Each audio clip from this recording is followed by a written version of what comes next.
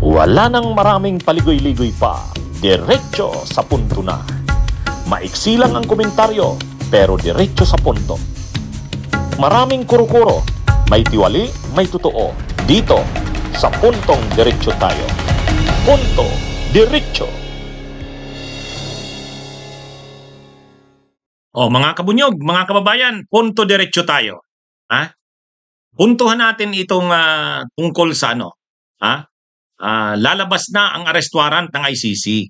Malapit na yan. Kabahado na sigurado si Bato. Ang tanong, itutuloy pa ba ni Bato yung sinabi niyang magpapatawag siya ng investigasyon ng Senado? Maalala natin, mga kabunyog, mga kababayan, matapos maaresto si Duterte noong March 11 at madala sa ICC noong March 12, nitong taong 2025, si Bato, sabi ni Bato, alam niya raw na siya na ang susunod. Kasi, sabi ni Bato, mayroon daw siyang namomonitor na yung mga investigador ng ICC nandun sa isang hotel sa Pasay City. At doon sa hotel na yon, ayon kay Bato, pinapatawag yung mga officials, yung mga retired na officers ng PNP nung panahon ng war on drugs. Kinukumbinsi daw na maging testigo laban sa kanya, pinapapirma ng mga officials, mga investigador ng ICC, kinukumbinsi daw na pirmahan yung mga affidavits para siya'y idiin, sabi ni Bato. Nalaman niya daw yan kasi syempre may mga loyal pa rin daw naman sa kanya na mga officials ng PNP na nakasabay niya noon, at ito daw ang nagkikwento sa kanya, nagpapaabot na pinatawag nga sila di umano doon sa isang hotel sa Pasay City. Ang nagpatawag sa kanila ay mga opisyal ng gobyerno ng Pilipinas ngayon sa ilalim ng gobyerno ni Marcos, at nandun ang mga officials ng ICC, mga dayuhang investigador. Kaya sabi ni Bato, seryoso na yan, alam niya yan.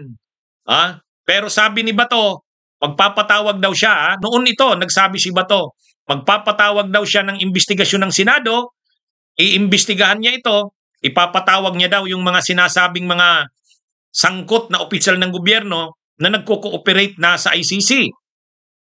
Sabi ni Bato, aalamin niya sa mga officials ng gobyerno bakit nagko-cooperate sa ICC, gayong ang sabi ng gobyerno, hindi nito kinikilala ang jurisdiction ng ICC at hindi kailanman magko-cooperate. Kaya sabi ni Bato, bakit nagko-cooperate na ang gobyerno? Kaya sabi niya, ipapatawag ko. Sabi yan ni Bato, ngayon, nandito na yung 20th Congress na Senado. Kaupo siya dyan. Ang tanong, ipapatawag pa ba ni Bato? Tutuloy niya ba ang investigasyon na ito? Wala na siyang nababanggit. Wala na siyang nagbabanggit. Pero ang sigurado, lalabas na ang arrest warrant laban sa kanya. Malapit na yan. Lalo na't malapit na ang confirmation of charges hearing kay Digong. Si Duterte, September 23, 2025, ang confirmation of charges hearing. Pwedeng bago ang confirmation of charges hearing na yan, ay lumabas ang arrest warrant kay Bato. Pwede ring pagkatapos niyan. Pero ang malinaw dito, yung mga investigador na yon, malamang totoo yung sinabi ni Bato. Yung sinasabi niya na may mga investigador ng ICC nitong nakaraang buwan, nitong nakaraang buwan lang yan. Nitong nakaraang buwan, may mga investigador na naman ng ICC sa Pilipinas, at sabi ni Bato, mula sa kanyang mga kasamahan noon sa PNP, pinatawag daw mismo doon sa isang hotel sa Pasay. Ibig sabihin yan, nasa concluding phase na. Ibig sabihin, nasa huling yugto na ng investigasyon ng ICC. At bakit mga opisyal ng PNP ang pinapatawag? Ay, yan yung magdadawit kay Bato.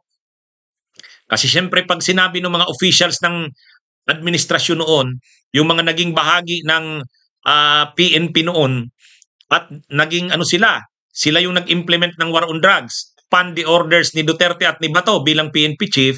At kapag itong mga PNP officers na ito ay nagsabing si Bato nga ang nag-order sa kanila, mabigat na mga ebidensya at testigo yan laban kay Bato.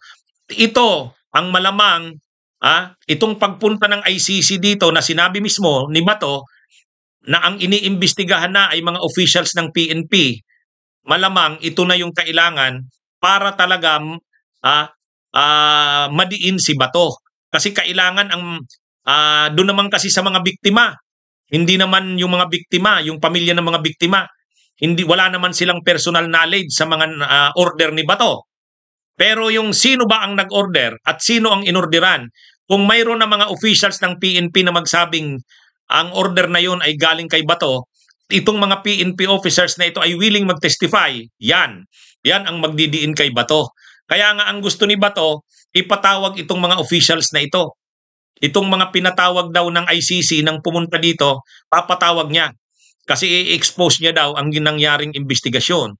Anyway, hintayin natin. Gagawin pa ba ni Bato yan? Ang problema kasi kapag ginawa na naman ni Bato yan, pag pinatawag niya yung mga PNP officers na yan, na sinabi niya, paano kung pag pinatawag niya, hindi na naman magsalita? Siyempre, ayaw din nilang madiin. Katulad yan nung nangyari kay Grijaldo. Si Grijaldo, yung PNP colonel ba yun, na ginamit din ni Bato. Tapos sabi ni Bato, itong PNP colonel na ito, na si Grijaldo, ito daw ay umamin na siya ay pinilit lang nila Congressman Dan Fernandez at Congressman Benny Abante para mag-testify. Pero nang hinarap na itong si Colonel Grijaldo, hindi na nakapagsalita. Ayaw niya simpreng madiin siya. Kaya nga siya na cite in contempt. Paano kung ito na namang mga testigo na ito ni Bato, na sinasabi niyang mga loyal pa raw sa kanya ng mga officers ng PNP, paano pag pinatawag yan sa investigasyon, hindi rin magsalita? Kasi ayaw rin naman nilang madiin sila. Nagbigay lang siguro sila ng impormasyon kay Bato, pero ayaw nilang magharap sa investigasyon. Kasi matutulad sila kay Grijaldo. Pag pinatawag na, hindi na magsasalita, ay isa-cite in contempt. Makukulong na naman sila ng matagal. Matutulad sila kay Grijaldo. Kaya baka si Bato, wala na nababanggit si Bato. Baka hindi na nababanggit ni Bato yung sinasabi niyang magpapatawag siya ng investigasyon dahil yung kanyang mga testigong ipapatawag, baka nagsabi sa kanya na wag silang ipatawag. Kasi malalagay din sila sa alanganin. Ayan, yan ang problema ni Bato. Anyway, actually, itong paglabas ng arrest warrant kontra kay Bato, ano na to? Kahit sila Attorney Chrissy Conte nagsasabing malapit na yan. Malapit na yan. At sigurado tayo, kabado na si Bato. Kaya nga gustong-gusto ni Bato na ang manalong Senate President, si Chis Escudero. Kasi si Chis Escudero, inassure siya na anuman ang mangyari, puprotektuhan siya ng Senado. Magtatago daw si Bato doon sa Senado. At sabi ni Chis Escudero, kapag nandun si Bato sa Senado, hindi niya papayagan ang PNP o ang sinumang law enforcement officers na pumasok ng Senado para pusasan si Bato. Yun. Kaya talagang todo ang suporta ni Bato kay Chis Escudero. Pero hindi yan magtatagal. Hindi magtatagal yan. Kahit magtago si Bato sa Senado, hindi naman yan pang matagalan. Tatagal lang yan ng ilang linggo, baka buwan. Pero sa bandang huli, mapipilitan din yang isurrender ng Senado. Kasi hindi pwede yun. Kailangan pairalin ang rule of law. Anyway, yan mga kabunyog, mga kababayan, ang ating punto, diretso. Bunyog, halikan na kasama ka. Bunyog, kapag buklod ay may pag-asa. Luzon, Visayas, Mindanao, isa ang pananaw. Sa bagong Pilipinas ang bunyog isisigaw. Bunyog.